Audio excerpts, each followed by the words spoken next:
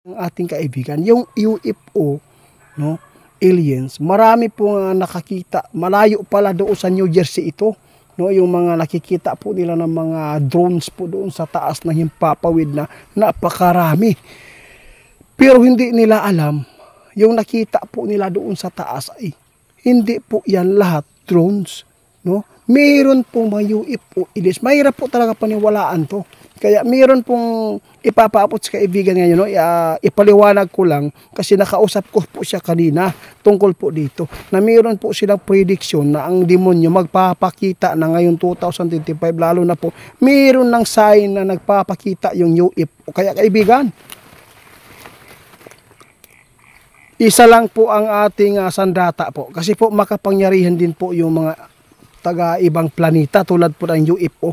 Ang UFO kaya nakapasok po dito dahil po mayroon silang pakay dito sa mundo natin. Ito yung sabi ng ating kaibigan ng nakausap ko po siya. Kaibigan, ano po ba talaga ang kanilang pakay? Bakit po sila nagpapakita na?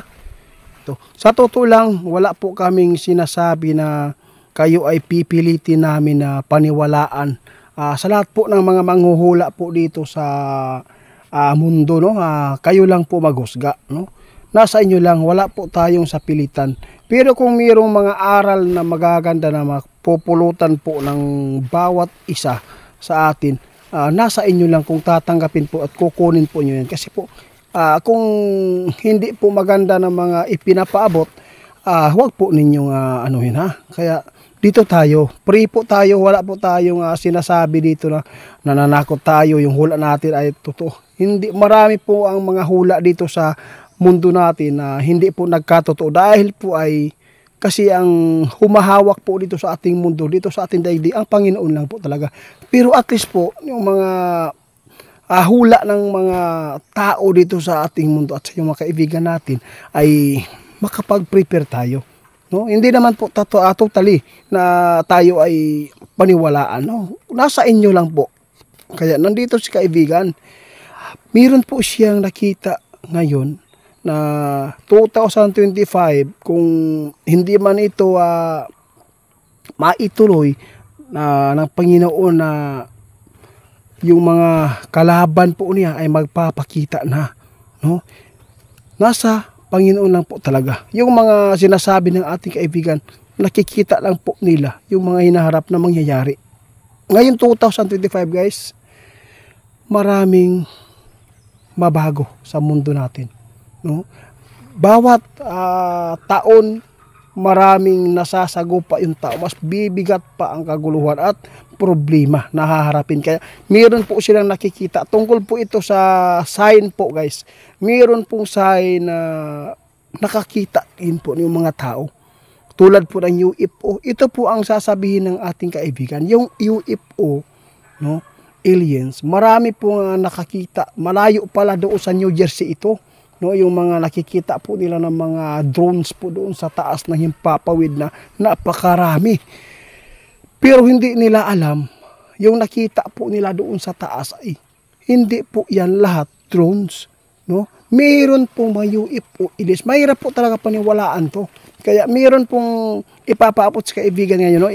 Ipaliwanag ko lang kasi nakausap ko po siya kanina tungkol po dito na mayroon po silang prediction na ang demonyo magpapakita na ngayon 2025, lalo na po mayroon ng sign na nagpapakita yung UFO. Kaya kaibigan, isa lang po ang ating sandata po kasi po makapangyarihan din po yung mga taga ibang planeta tulad po ng UFO. Ang UFO kaya nakapasok po dito dahil po mayroon silang pakay dito sa mundo natin. Ito yung sabi ng ating kaibigan ng nakausap ko po siya. Kaibigan, ano po ba talaga ang kanilang pakay? Bakit po sila nagpapakita na? Ayon. Ito po daw ay sign na ang demonyo pumarito na sa lupa, magpapakita ng personal. No? Yung mga UFO na nakikita po ng mga tao ngayon na kung saan nag-viral po yan sa ibang bansa yung UFO aliens. Nag-viral po ngayon guys dahil po ay makapangyarihan po yung kalaban. No? Kaya ito po talaga ang inuutusan ng demonyo. Kaya nagpapakita na sila ng personal. Kasi mayroon po silang pakay na sila na po ang mamumuno dito sa mundo natin, sa daigdig po natin. Kaya nakakatakot po ito. Dapat po tayo ay paghandaan po natin. Kasi ang sabi po ng ating kaibigan, tuturuan po niya tayo ngayon kung paano po sila labanan at paano sila matalo, kaibigan. Ito po. Ito po ang sabi niya, kaibigan. Ipapaabot ko kung paano talunin ang mga Diablo. Isa lang. No? Ang importante dyan po, lagi tayong magdasal. Siya lang po, ang Panginoon lang po talaga ang pinakamakapangyarihan ngayon. No? Walang makakahigit sa pagdadasal, lalo na po yung taimtim na pagdadasal po ninyo. Lalo na ngayon ay marami na pong nasasagupan natin. Yung mga experience po natin, nasasagupan po natin mga problema dito at saka kalamidad. Alam mo ba kung paano yan? Ano yan? Tinistingan lang taba, no? Testing lang yan kung gaano po tayo katatag para kung tayo ay hindi po matatag ay pwede tayong mapunta sa Diablo. Ito po ang sabi ng ating kaibigan, paano labanan? Dasal lang po talaga. Yun ang importante, kaibigan. Tama si kaibigan. Ang sabi po ng ating kaibigan ngayon, itiit. Sabi po ng ating kaibigan, guys, itiit. Kung makapangyarihan man ang Diablo, pero walang hihigit sa inyong Panginoon. Kasi nakikita lang po nila, guys, no? Kasi po yung nakikita po ng taga Batangas sa totoo lang, guys, hindi po yan kagagawan po ng tao, kagagawan po ng Diablo, kasi gusto po nila na yung mundo natin pinag-aralan po nila kung paano nila sakupin, kung paano nila dalhin ang mga tao doon sa kanila, kung paano nila mapasunod at doon sa kanila sasamba. Ito po yung pinaka-delikado, guys. Kasi yung mga Antikristo, guys, no, parang nasa Biblia po yan. Mayroong panahon na maghari sila dito sa ating mundo.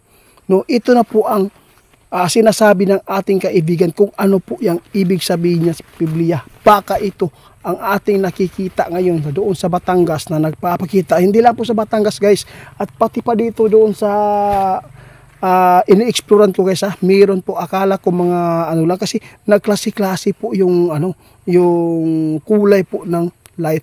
At saka ngayon, guys, si Ate Myla Siriaco, yun po ang FB po niya. Kung gusto po niyo mag-chat, siya po ay makapagbigay po ng toto. At saka kay John at saka si Diana. No, mayroon pong nakikita sila, Ma'am Siriaco, na doon po sa kanilang bahay, doon sa rooftop, nakikita po nila yung dalawang sasakyan ng UFO na nagklase-klase po yung bilog, ilaw na bilog. At saka hindi po ni inaasahan na nang tanungin po natin yung kaibigan na UFO pala. Yun kasi po nagklase-klase yung ilaw. Kasi yung drone, hindi po yan umiilaw yung ibang drone, di ba? Kung mayroon may yung malalaking mga drones, yun po ang may ilaw, pero hindi po yan maraming klase ng mga ilaw. Kaya ngayon po ang gusto lang po ng ating kaibigan, yung prediction po niya sa 2025, baka ito na po na magpapakita na yung Diablo ng harap-harapan sa tao kung paano nila tayo sakupin at kung sino man yung matatag po sa pananampalataya ngayon, no, siya po ang makakaligtas dito at hindi po sila matatablan. Kaya kaibigan, dapat po talaga daw, ano kaibigan? Dapat po daw talaga, guys, ang mga tao ngayon na hindi po natin na pababayaan po natin yung pagsunod, no, sa Panginoon. Kaya salamat po sa mga tao na makakuha nito ng mga idea o kung gusto po ninyong sundin ito na kung ano man ang ipinapaabot ng ating mga kaibigan. Kasi hindi naman po yan ikakasama po, no. Mahirap po talaga tayo ay ano lang sa sarili natin, no, kahit gaano pa kakayaman, kung kayo ay lulusobin ito ng mga Diablo, madali tayong mahagaw yung kaluluwa natin, lalo na po yung kulang tayo sa paniniwala, no, sa Panginoon, lalo na sa kulang sa pagsunod. Kaya kaibigan, maraming salamat sa prediction na yan, kasi guys, si prediction po ni kaibigan ngayong 2025, marami tayong masasagupa, no, mga demonyo na magpapakita harap-harapan na. Lalo na po may sign na po ngayon na mayroong mga UFO dito sa ating bansa, dito sa ating mundo.